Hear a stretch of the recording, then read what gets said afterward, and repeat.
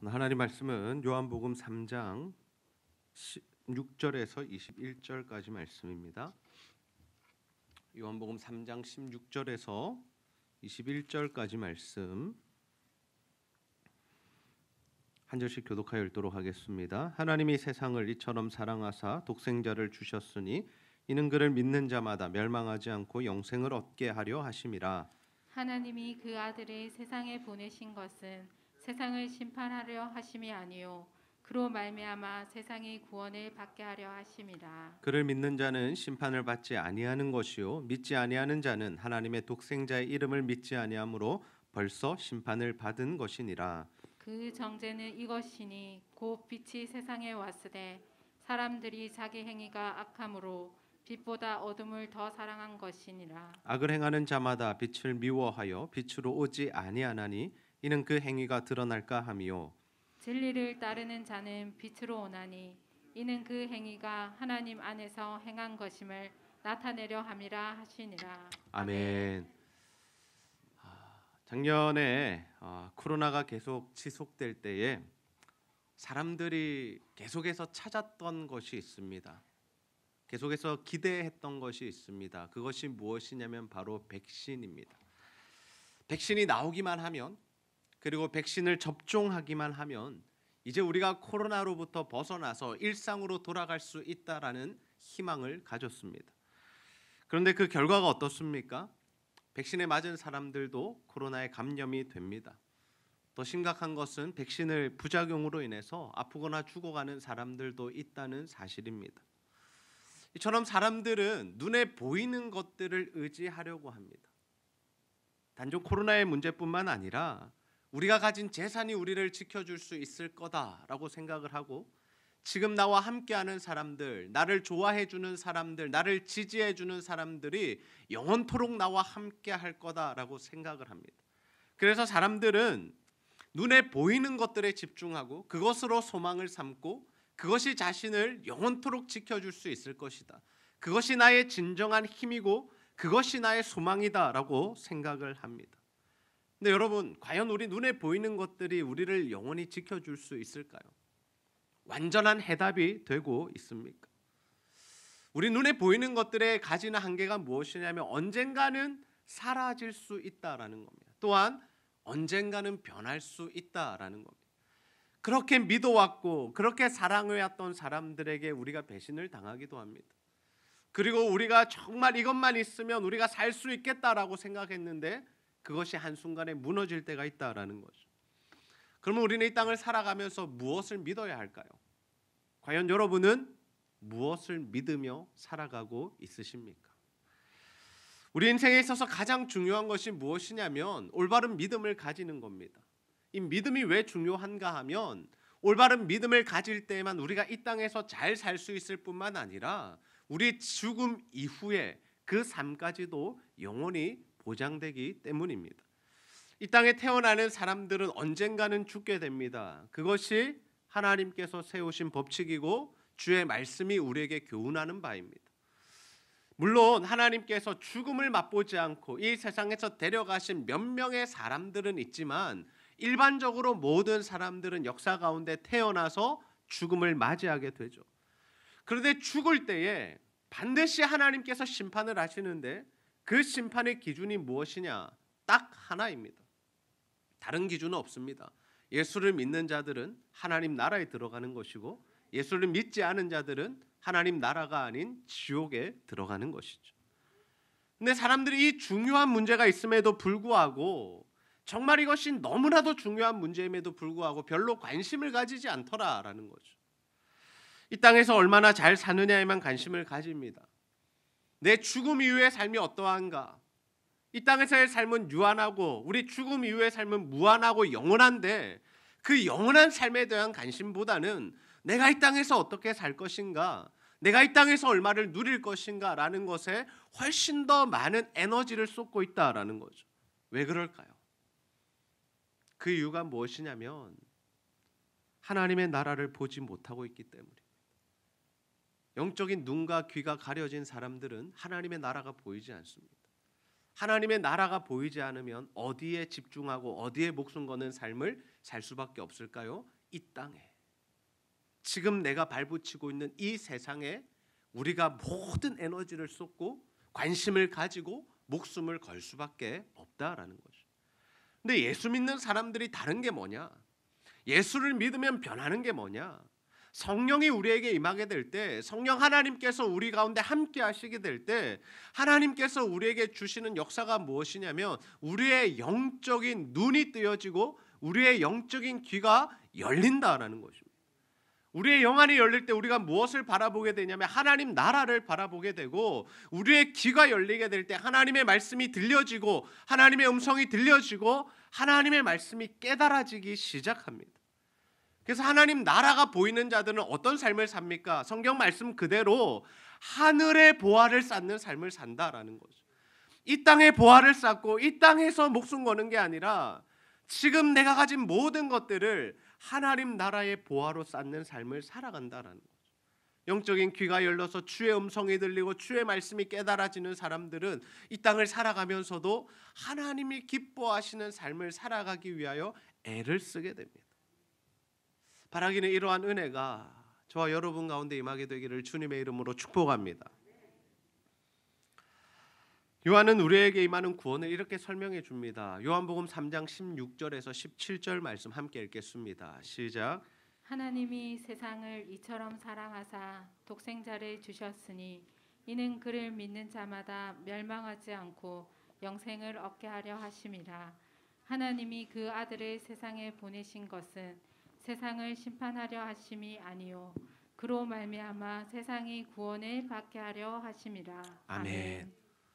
하나님께서 이 땅을, 이 세상을, 또 사람들을 너무나도 사랑하셔서 예수 그리스도를 보내주셨습니다.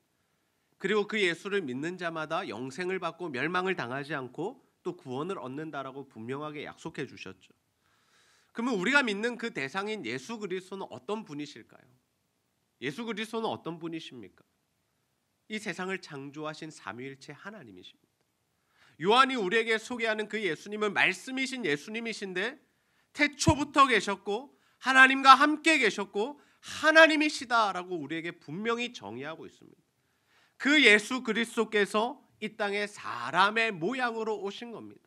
창조주이신 하나님께서 우리를 사랑하셔서 자신의 사랑을 나타내시기 위해서 사람의 몸을 입으시고 피조물의 자세로 낮은 자리로 오셨다라는 거죠. 그런데 그 예수님께서 이 땅에 오신 이유가 뭐라고 말씀하고 있냐면 하나님께서 우리를 너무나도 사랑하셨기 때문에 이 땅에 보내셨다라고 말씀하고 계십니다. 우리를 사랑하신 하나님께서 하신 일이 뭐냐? 독생자 예수 그리스도를 이 땅에 보내신 일이다라는 거죠. 그리고 그 예수를 믿는 자에게는 영생을 허락해 주십니다. 그렇다면 우리의 구원은 무엇을 근거로 합니까? 여러분, 우리의 구원은 어디에 기인합니까? 우리의 구원은 하나님의 사랑에 기인합니다. 우리의 구원은 다른 곳에 있는 것이 아닙니다. 영원토록 우리를 사랑하시는 그 하나님, 그 하나님의 변치 않는 사랑으로 말미암아 우리가 구원을 얻게 되었습니다. 그래서 우리의 구원은 안전한 거죠. 때로는 우리의 구원의 확신이 흔들릴 때가 있습니다. 내가 예수를 믿은 이후에도, 아니 예수님을 인격적으로 만나고 주님 안에서 은혜의 생활을 하다가도 때로는 우리가 낙심할 때가 있고 믿음이 흔들릴 때가 있고 주님 앞에서 정말 우리가 주의 뜻대로 살아가지 못할 때가 있습니다. 특별히 건강이 약해질 때, 그리고 죽음을 앞두고 있을 때 우리의 신앙이 흔들릴 때가 있다라는 거죠. 그러면 그 사람들은 구원을 받지 못하는 걸까요? 그 사람들은 천국 가지 못합니까? 아니다라는 거죠. 하나님의 사랑으로 하나님께서 선택하신 사람들, 하나님의 은혜 가운데 구원을 얻은 하나님의 백성들은 반드시 하나님 나라에 들어간다는 사실을 믿으시기를 바랍니다. 그래서 우리에게 다른 구원의 요소가 필요가 없는 겁니다. 예수님께서 다시 이 땅에 오실 필요가 없는 겁니다. 다시 십자가를 지실 필요가 없는 겁니다. 그 예수님의 십자가, 그 단회적인 사건이 우리의 모든 죄를 사하셨고 우리를 구원하셨기 때문에 우리는 그 하나님의 사랑으로 말미암아 구원을 얻은 하나님 나라의 백성이 되었죠. 그래서 우리가 해야 할 일은 무엇이냐면 예수를 믿는 일입니다. 예수를 믿기만 하면 구원을 얻는다라는 거죠. 그래서 하나님께서 예수님을 보내신 이유를 뭐라고 설명하시냐면 세상을 심판하기 위해서 보내신 것이 아니다라고 분명히 말씀하십니다. 세상을 구원하시기 위해서 이 땅에 예수님을 보내셨다라고 말씀하죠. 그래서 예수를 믿는 자들은 구원을 받습니다. 아멘입니까? 예수를 바라보는 자들은 구원을 받습니다. 그 예수 그리스도의 십자가를 붙드는 자들은 하나님께서 구원을 허락해 주시죠. 과연 우리는 예수 그리스도를 믿는 믿음이 있습니까? 우리는 정말 그 십자가를 붙들고 살아가고 있습니까? 정말 우리는 주님을 영접하고 주님의 십자가를 붙드는 그 제자로서의 삶을 살아가고 있습니까? 예수님께서 이 땅에 오셨을 때 사람들의 모습이 상반됩니다. 두 부류의 사람들이 등장합니다. 어떤 부류입니까? 예수님을 믿는 자와 예수님을 믿지 않는 자로 확연하게 나뉩니다. 예수님을 따르는 자와 예수님을 미워하고 싫어하고 멀리하고 받아들이지 않는 자로 나뉜다라는 거죠. 사람들이 예수를 믿지 않는 이유가 무엇일까요? 요한복음 3장 19절에서 20절 말씀 우리가 함께 읽어보겠습니다. 시작. 그 정죄는 이것이니 곧 빛이 세상에 왔으되 사람들이 자기 행위가 악함으로 빛보다 어둠을 더 사랑한 것이니라. 악을 행하는 자마다 빛을 미워하여 빛으로 오지 아니하나니 이는 그 행위가 드러날까 함이요. 아멘. 아멘. 사람들이 자기가 악하기 때문에 자신의 행실이 악하기 때문에 빛으로 나오지 않는다라고 말씀하고 있습니다. 자신의 행실이 드러날까 봐 나의 악함과 나의 죄악됨과 나의 더러움과 나의 추한 모습들이 주님 앞에서 드러나야 하기 때문에 그것을 숨기고 싶어서 나타내고 싶지 않아서 사람들은 주님을 멀리하고 주님을 받아들이지 않는다라는 거죠. 아담이 죄를 범하기 전에는 하나님과 어떤 관계를 맺으며 살아갔습니까? 굉장히 친밀한 관계를 맺으며 살아갔습니다. 하나님 언제라도 아담에게 말씀하셨고 나타나셨고 만나셨습니다. 그리고 아담도 하나님께 대답했고 하나님이 시키시는 일들을 해왔습니다. 그런데 그가 선악을 알게 하는 나무의 실과를 먹은 이후에, 즉 죄를 범한 이후에 어떻게 변합니까? 하나님께서 아담을 찾으실 때 아담이 뭐 했다고 합니까? 숨었다라고 합니다. 하나님의 낯을 피하여 숨었다라고 합니다. 왜 숨는 겁니까? 하나님 만나기가 껄끄러운 겁니다. 하나님 앞에 나가서 내 죄악된 모습을 드러내기가 부끄러운 겁니다. 이제는 하나님과 좀 대화하기 싫고 만나기 싫어졌다라는 거죠. 우리가 죄를 지을 때 나타나는 속성이 그러한 것들입니다. 우리가 하나님 앞에 죄를 계속해서 반복적으로 짓다 보면 오히려 하나님 앞에 나오기가 더 힘들어진다라는 거죠. 나 같은 사람이 주님 앞에 나가도 될까? 나 같은 사람은 예배드리면 안 돼. 나 같은 사람은 구원받지 못할 거야. 점점 주님과 멀어진다라는 거예요. 이 죄가 우리로 하여금 하나님을 멀리하게 만드는 속성이 있다라는 거죠.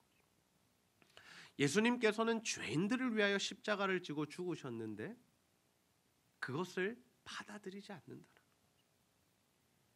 그 예수를 믿기만 하면 이 죄 문제를 다 해결해 주시겠다라고 분명히 말씀하시는데도 그것을 사람들이 인정하지 않고 받아들이지 않는 겁니다. 우리가 복음을 전하러 갈 때 만나는 사람들이 하는 이야기들이 이 이야기입니다. 아이고 내가 죄가 많아서요. 죄를 많이 지어서요. 아이고 내가 교회는 못 가겠습니다. 아이고 내가 하나님은 못 믿겠습니다. 자신이 죄인인 걸 압니다. 근데 그 죄를 가지고 주님 앞에 나오면 그 죄의 문제가 해결되는데 자신이 해결하려고 하니까, 자신이 그 죄에 대해 책임을 지려고 하다 보니까 이 주님 앞에 나오지 못하게 되죠. 우리는 어떤 삶을 살고 있습니까? 우리는 빛 대신 주님 앞으로 나아가고 있습니까? 아니면 뭔가 마음에 캥기는 것이 있어서 나의 죄 때문에 주님을 좀 멀리하고 주님 앞에 나오기를 꺼려하고 있습니까? 그것을 조금 더 실제적으로 표현해 보자면 이것입니다. 하나님의 말씀이 우리에게 들려질 때, 우리가 묵상을 하든 설교를 듣든 하나님의 말씀이 우리에게 들려질 때 우리가 그 말씀 앞에 어떻게 반응하고 있는가? 그 하나님의 말씀이 달게 느껴지고 하나님의 은혜가 느껴지고 하나님의 사랑이 깨달아지고 그래서 내가 그 주님 앞에 나아가는 삶을 살아가고 있는가? 아니면 하나님의 말씀이 들려질 때 그 말씀이 내 기분을 상하게 하고 자존심을 건드리고 그래서 짜증이 나서 주의 말씀이 듣기 싫은가? 바로 이것입니다. 빛이신 예수 그리스도가 오실 때에 그 빛을 받아들이느냐 아니면 그 빛을 배척하고 멀리하고 밀어내느냐, 그것이 바로 하나님의 말씀을 대하는 태도에 달려있다는 거죠. 예수를 믿는 자들은 어떻게 합니까? 예수님께로 나아갑니다. 요한복음 3장 21절 말씀 함께 읽습니다. 시작. 진리를 따르는 자는 빛으로 오나니 이는 그 행위가 하나님 안에서 행한 것임을 나타내려 함이라 하시니라. 아멘. 진리를 따르는 자는 어디로 나아갑니까? 빛으로 나아갑니다. 왜 빛으로 나아갑니까? 그 사람들은 죄가 없어서가 아닙니다. 모든 사람은 죄인이기 때문에 하나님의 앞에 설 수 있는 존재는 아니다라는 것, 자격은 없습니다. 그러나 그들이 빛으로 나아갈 수 있는 그 유일한 근거가 있는데 무엇이냐? 주님 안에서 행했기 때문이다라고 합니다. 주님 안에서 완벽한 삶을 살았다라는 의미가 아니라 주님 안에서 살았기 때문에, 내가 십자가 보혈을 의지하는 자이기 때문에 내 공로로 주님 앞에 나가는 것이 아니라 주님의 십자가 보혈을 의지하고 붙들고 나가기 때문에 빛으로 나아갈 수 있다라는 거죠. 우리가 주님 앞에 나와서 예배드릴 수 있는 이유가 바로 거기에 있는 겁니다. 내가 잘나서 나오는 것 아닙니다. 나는 완벽해서 나오는 것 아닙니다. 나는 이번 주에 참 잘 살았어 라며 나오는 것이 아닙니다. 나는 다른 사람들보다 더 신앙이 좋아 라며 나오는 것이 아닙니다. 우리가 이 자리에 나올 수 있는 유일한 근거는 무엇입니까? 주 안에서 살았기 때문에, 내가 십자가 보혈을 의지하여 살았기 때문에 우리가 이 자리에 나올 수 있다라는 거죠. 그렇다면 우리가 예수를 믿는다라는 것은 과연 무엇인가? 세 가지로 이야기할 수 있습니다. 첫 번째는 무엇이냐면 예수님의 복음을 받아들이는 겁니다. 영접하는 겁니다. 그리고 두 번째는 십자가를 붙드는 겁니다. 예수님의 십자가를 꼭 붙들고 의지하는 거고, 세 번째는 무엇이냐면 다시 오실 그 예수님을 기다리는 인생을 살아가는 것. 그것이 우리가 예수를 믿는다라는 이 말에 포함된 의미들이다라는 거죠. 우리가 예수를 믿으면서도 자꾸만 우리의 마음이 세상 쪽으로 향하지 않습니까? 우리가 예수를 믿고 구원을 받았음을 확신함에도 자꾸만 우리의 눈이 세상 쪽으로 가지 않던가요? 그 이유가 뭘까? 예수님보다, 예수의 복음보다 세상의 성공이 더 좋아 보이기 때문입니다. 우리가 십자가를 붙드는 삶보다 뭐가 더 멋있어 보이는 겁니까? 이 세상에서 힘과 권력을 가지는 것이 더 멋있어 보이기 때문이죠. 왜 그럴까요? 다시 오실 예수님은 지금 우리 눈에 보이지 않지만 우리가 세상에서 누릴 수 있는 힘과 권세와 모든 것들은 우리 눈에 보이기 때문이죠. 당장에 그것이 우리 삶에 가져다 줄 수 있는 어떤 유익들이 바로 계산이 되어지고 생각이 되어지기 때문에 우리의 눈이 자꾸 거기로 향한다라는 거죠. 주님의 말씀은 우리에게 이렇게 살라고 하는데 세상이 말하는 대로 살면 오히려 우리가 더 잘 살 수 있을 것처럼 느껴지니까 자꾸 거기를 두리번거리고 거기로 한 발 내디뎌 보고, 그러다가 세상과 전혀 다름이 없는 삶을 살아가는 우리의 모습이 되어버리죠. 사도 바울이 예수님을 만나기 전에는 어떤 사람이었냐면 굉장히 세상에서 잘 나가는 사람이었습니다. 빌립보서 3장 5절에서 6절 말씀 우리 한번 읽어보겠습니다. 시작. 나는 8일 만에 할례를 받고 이스라엘 족속이요 베냐민 지파요 히브리인 중에 히브리인이요 율법으로는 바리새인이요 열심으로는 교회를 박해하고 율법의 의로는 흠이 없는 자라. 아멘. 바울은 그 당시에 유대인들 중에 최고의 스펙을 가진 사람이었습니다. 여기서 난지 8일 만에 할례를 받고 이스라엘 족속이고 베냐민 지파고 히브리인 중에 히브리인이고 또 가말리엘 문화에서 배웠고 열심도 내가 정말 있었다라고 말하는 이것들이 다 무엇이냐면 최고의 유대인이었다라는 것을 설명하는 내용입니다. 그리고 심지어 바울은 뭘 가지고 있었느냐면 그 당시에 로마 시민권을 가지고 있었습니다. 로마 시민권을 가진 자는 다른 나라 사람들이 함부로 건드리지 못했습니다. 왜냐? 그 당시에 가장 강대국이 로마였고 그 로마 시민을 잘못 건드렸을 때에 그들이 당하게 되는 수모를 잘 알고 있었기 때문이죠. 그만한 힘과 능력을 가지고 있었던 것입니다. 모든 사람들의 부러움을 사는 인생이었습니다. 옆에 있는 사람들이 다 야, 바울과 같은 인생이 되고 싶다라며 그 바울을 흠모할 만한 모든 것들을 갖춘 사람이 바로 이 바울이었다라는 거죠. 그런 바울이 왜 예수님의 복음을 전하는 사람이 되었을까요? 왜 사람들에게 핍박을 당하고 조롱을 당하고 매를 맞고 또 여러 번 죽을 뻔하면서도 그 예수 그리스도의 복음을 전하는 인생으로 변했냐라는 겁니다. 그 이유가 어디에 있습니까? 사도 바울이 예수님을 만났기 때문입니다. 그는 복음을 만났습니다. 복음을 경험했습니다. 그 예수 그리스도의 사랑이 무엇인지를 체험했습니다. 그러니까 뭘 사모하게 된 겁니까? 하나님의 나라를 사모하게 된 거죠. 그 나라에서 받게 될 상급을 사모하게 된 거죠. 내가 들어갈 그 하나님 나라를 사모하니까 이 세상에서 그 누려왔던 모든 것들을 다 내려놓고 주님의 나라와 주님의 영광을 위한 삶으로 변화되었던 것입니다. 특별히 사도 바울에게는 엄청난 은혜가 임했습니다. 그것이 무엇이냐면 천국을 본 경험이었습니다. 고린도후서 12장 1절에서 4절 말씀 제가 읽겠습니다. 무익하나마 내가 부득불 자랑하노니 주의 환상과 계시를 말하리라. 내가 그리스도 안에 있는 한 사람을 아노니 이 한 사람은 사도 바울 자신을 이야기합니다. 그는 14년 전에 셋째 하늘에 끌려간 자라. 그가 몸 안에 있었는지 몸 밖에 있었는지 나는 모르거니와 하나님은 아시느니라. 내가 이런 사람을 아노니 그가 몸 안에 있었는지 몸 밖에 있었는지 나는 모르거니와 하나님은 아시느니라. 그가 낙원으로 이끌려가서, 낙원이 천국입니다, 말로 표현할 수 없는 말을 들었으니 사람이 가히 이르지 못할 말이로다. 아멘. 지금 사도 바울이 고린도 교회 성도들 앞에서 뭘 이야기하고 있냐면 내가 천국에 갔다 왔다라는 것을 이야기하고 있습니다. 보통 사람들이 경험할 수 없는 엄청난 영적인 체험을 한 이야기를 하고 있다라는 거죠. 사실 바울이 이 이야기를 꺼낸 이유가 있습니다. 14년 동안 말하지 않았는데 이 이야기를 꺼낼 수밖에 없었던 이유가 있습니다. 그 이유가 무엇이냐면 고린도 교회 성도들이 자신이 받은 은사를 가지고 너무나 많은 사람들에게 이 마음을 아프게 하고 교만해져 있었기 때문입니다. 자신이 받은 은사가 전부인 것처럼 이야기하면서 다른 사람들은 믿음도 없고 신앙도 없다라고 폄하했기 때문입니다.